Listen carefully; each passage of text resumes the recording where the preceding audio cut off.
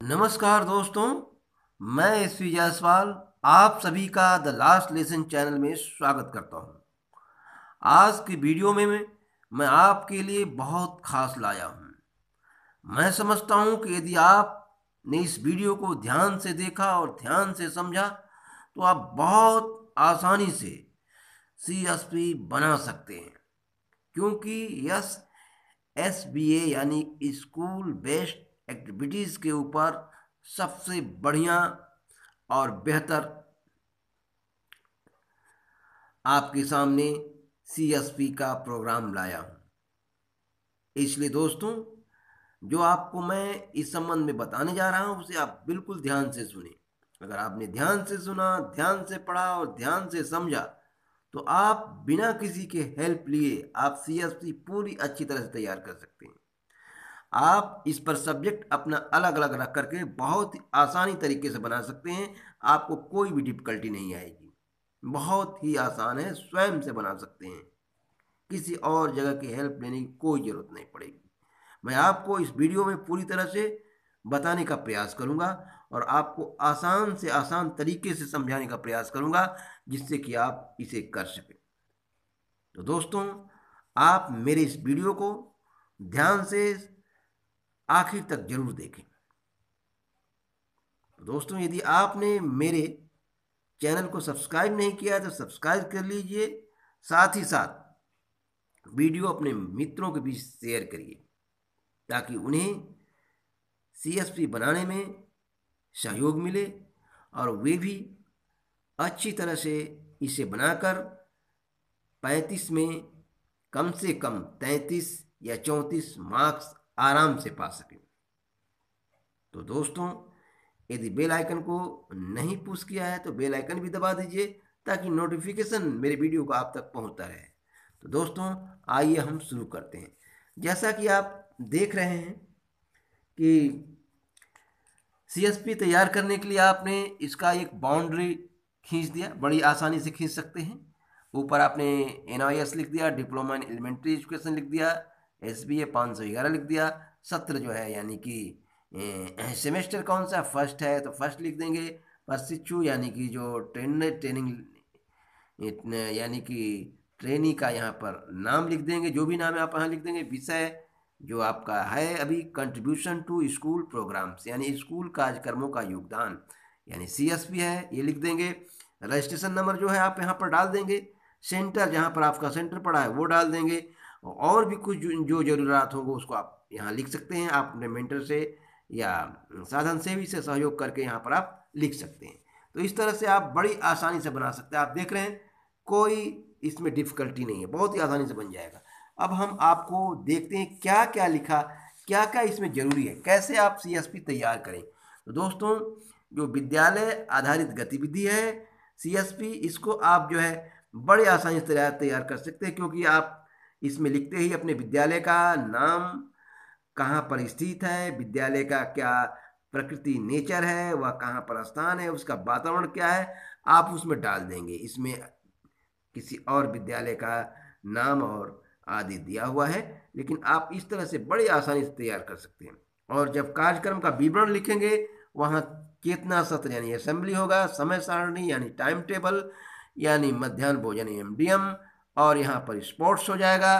और चेतना सत्र में जो है आप डालेंगे प्रेयर यानी प्रार्थना करते हैं, राष्ट्रगान करते हैं, उसके बाद 2 मिनट का मौन रखते हैं, प्रश्नोत्तरी क्विज है, उसके बाद समाचार है यानी साप्ताहिक है।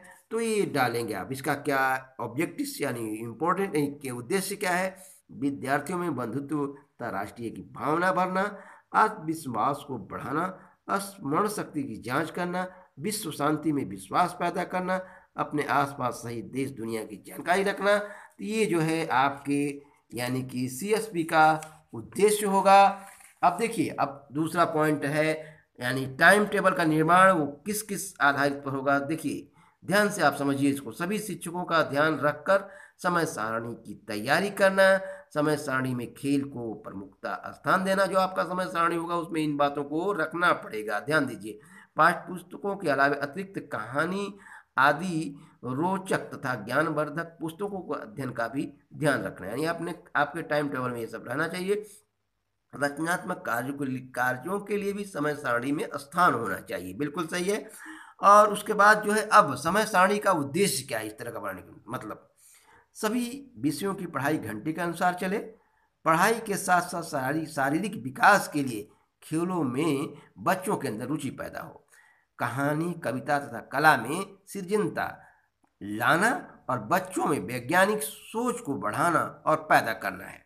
अब देखो, एमडीएम यानी मध्याह्न भोजन में क्या है, मेनू के अनुसार भोजन का निर्माण, भोजन की गुणवत्ता पर विशेष ध्यान, सफाई और स्वच्छता पर भी ध्यान रखना। इसका क्या इंपॉर्टेंस होना चाहिए, क्या उद्देश्य होना चाहिए, क्या ऑब्जेक्टिव होना चाहिए, पौष्टिक भोजन बच्चों को मिले, उचित आहार से बच्चों का स्वस्थ रहेंगे और उन्हें जो स्वस्थ रहने पर ध्यान दिया जाएगा।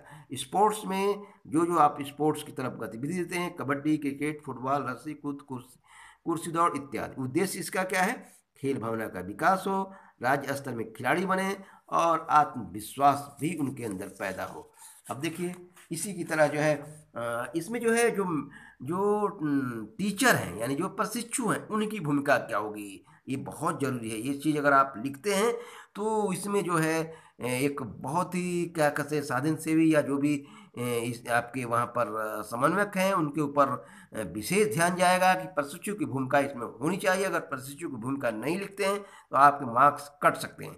देखिए, प्रार्थना एवं राष्ट्रगान जो भी होता है 2 मिनट का मौन रखा जाता है, उसमें आप उसमें विशेष तरह से तैयारी करके इसमें आप योगदान देंगे।